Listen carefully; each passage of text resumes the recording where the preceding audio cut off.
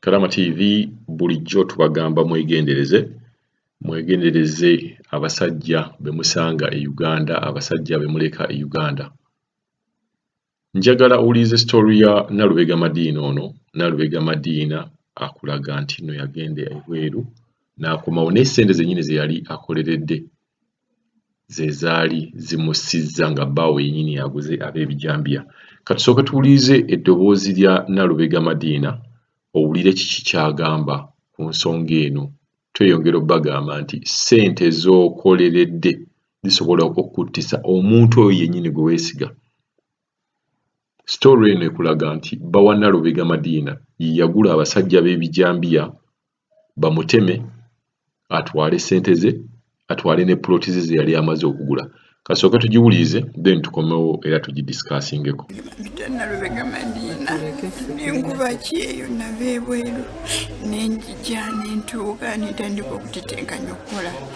Olwatuuka ssente zange ndeetawo akasente ngulayo poloti 2 ne zibeerawo nensigazaawo akasente ak'okulunda nga kali mu nnyumba.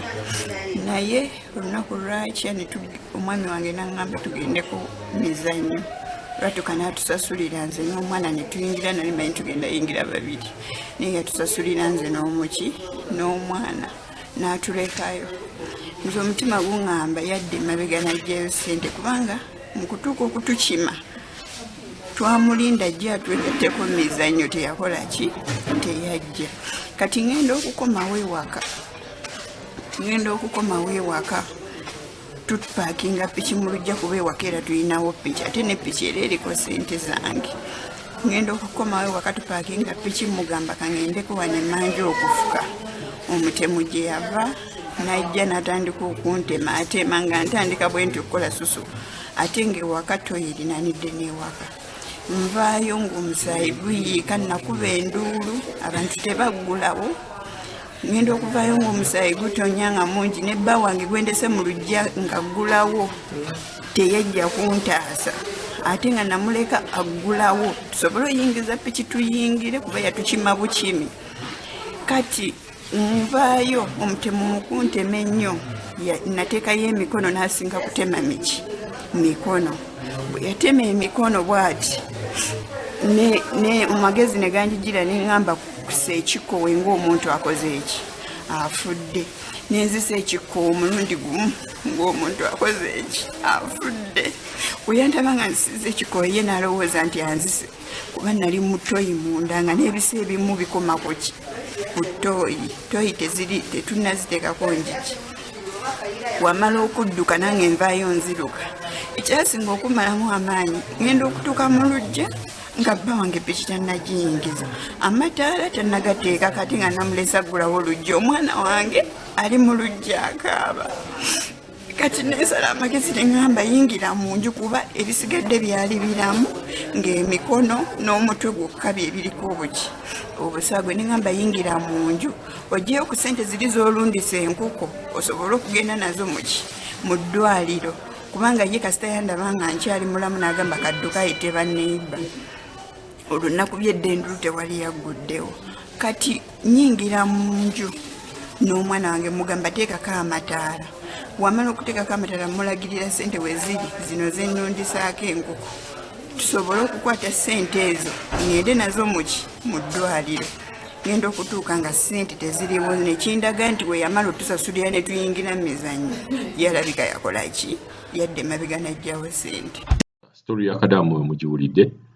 Kakati bino ye analyst nga ffe Wakadaama TV gye twalabye nti bw'oba otunuulidde story eno n'engeri Wakadaama gy'atunnyonnyoddemu, ekintu kino kyalimu omusajja yennyini yapanze Wakadaama ono bamutte. Nsonga ki? Ensonga zino zirimu ssente, nga bulijjo bwe tuzze tubagamba nti nno ebintu ebirimu ssente, omuntu oyo yennyini gw'olaba awo, gw'oli naye awo yennyini ne bw'abeera muganda wo ajja kutta olwa ssente. Mubeere careful. Kati ono omusajja yali abaze nti ayina ploti 2 z'agenda okutwala, ayina ne ssente. Gw'osooka n'oweetegereza nti yabagamba kabatwale mu muzannyo, n'abatwala mu muzannyo n'abasasulira ne ssente, ate olwamala ye n'avaayo. kati babatwala mu muzannyo n'abasasulira ye n'avaayo n'agenda era nga Kadaama bw'omujja omuwuliraawo ng'agamba nti n'aggyayo ssente olwabaze nti amaze okubba ssente ezo ssente ng'awaako wa kijambiya ng'agenda atandika okutema Kadaama kubajjukira omuzannyo bwe gwaggwa omusajja bagenda okukomawo waka okuyingiza ppiki Nalubega akunnyonnyodde nti nno yagenda n'agenda akola essusu kati bw'agenda okukola ssusu jjukira omuntu omuleseewo awo ate Madiina akulaga nti ennyumba yaabwe eri kumpi nnyo ne ttooyi kati bw'aba amuleseewo awo enduulu yokka gye yakuba teebereza n'omwana we yagiwulira naye bba waakulaga teyasobola kujja kuyamba mukyala we odduka otyo ogenda okunona obuyambi nga just omuntu atema mukazi wo ali muntu omu ekintu ekyo mulaba nti walina okubeera nga waaliwo ekkobaane wakati w'omusajja ono n'ono wakati w'omusajja eyali atema ow'ekijambiya n'ono bba wa Madiina ng'olwo ye amaze okubala nti naafunye oba afunye ssente ate nga ne ssente we yali azitereka yali amanyiiwo Madiina addayo agamba omwana we aggyewo ssente agenda okutuuka owali ssente ng'era ssente baaziggyewo omusajja avuddewo adduse mbw agenze okuyita baneiba naye nga mu butuufu odduka otyo ogenda okuleeta baneiba nga oli yennyini olaba mukazi wo bali awo bamutemaatema naye Katonda nga bw'atali ya nguzi Madiina Katonda n'amuwa amagezi nti weefuula afudde bamala okwefuula afudde agenda ono omusajja okukomawo okuleeta abantu ng'ate ono mulamu tweyongera okubagamba mubeere beegendereza ne ssente zammwe tweyongera okubagamba nti abantu mu Uganda bazibu omuntu gw'owaleka ng'olowooza nti n'omuntu mulamu yennyini yagenda okubeera nga akutuusaako obuzibu ne ssente zennyini ze mwekoleredde ezo zennyini ssente gy'olaba nti neweekoleredde ssente eyo yennyini nnyini egenda okubeera nga ekuleetera obuzibu tusaasidde nnyo Madiina n'ekirungi nti Katonda yamubikkako akalagala n'agamba nti okyetaagisa mu nsi n'abeera nga Madiina akyali mulamu mwegendereze nnyo abantu babbi mwegendereze omuntu oyo yennyini akuli ku lusegere abeera muzibu nnyo ku kintu ekiyitibwa ssente katuddemu tuwulirize kasitole ka Madiina nkuba ki eyo nava ebweru nenjija nentuuka netandika okutitenkanya okukola olwatuuka ssente zange ndeetawo akasente ngulayo poloti 2 nezibeerawo nensigazaawo akasente ak'okulunda nga kali mu nnyumba naye olunaku lwakya omwami wange n'aŋŋamba tugende ku mizannyo lwatuuka n'atusasulira nze n'omwana ne tuyingira nali manyi tugenda yingira 2 naye yatusasulira nze n'omuki n'omwana n'atulekayo nze omutima guŋŋamba yadde emabega n'aggyayo ssente kubanga mu kutuuka okutukima twamulinda ajja atwegatteko mizannyo teyakola ki teyajja kati ngenda okukomawo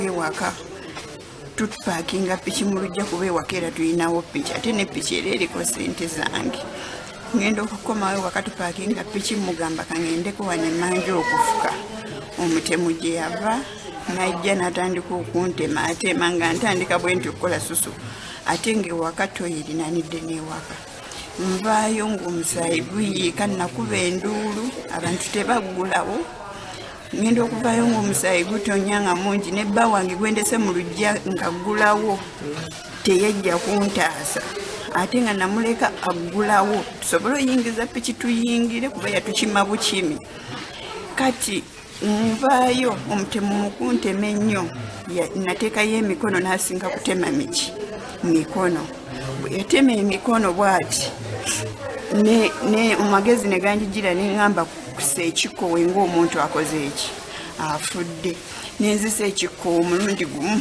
ng'omuntu akoze eki afudde bwe yantaba nga nsize ekikkowe ye n'alowooza nti anzise kuba nali mu ttooyi munda nga n'ebisa ebimu bikomako ki ku ttooyi tetunnaziteekako njiki wamala okudduka nange envaayo nziruka ekyasinga okumalamu amaanyi ngenda okutuuka mu lujja nga bba wange piki tannagiyingiza amataala tannagateeka kati nga namulesa aggulawo oluggi omwana wange ali mu luggi akaaba kati nesala amagezi neŋŋamba yingira mu nju kuba ebisigadde byali biramu ng'emikono n'omutwe gwokka bye biriko obusagwe neŋŋamba yingira mu nju oggyeyo ku sente ziri z'olundisa enkuko osobole okugenda nazo mu ddwaliro kubanga ye kasita yandaba nga nkyali mulamu n'agamba kadduka ayite banneibba olunaku by'eddendulu tewali yagguddewo kati nyingira mu nju n'omwana wange mugamba teekako amataala wamala okuteekako amataala mulagirira sente we ziri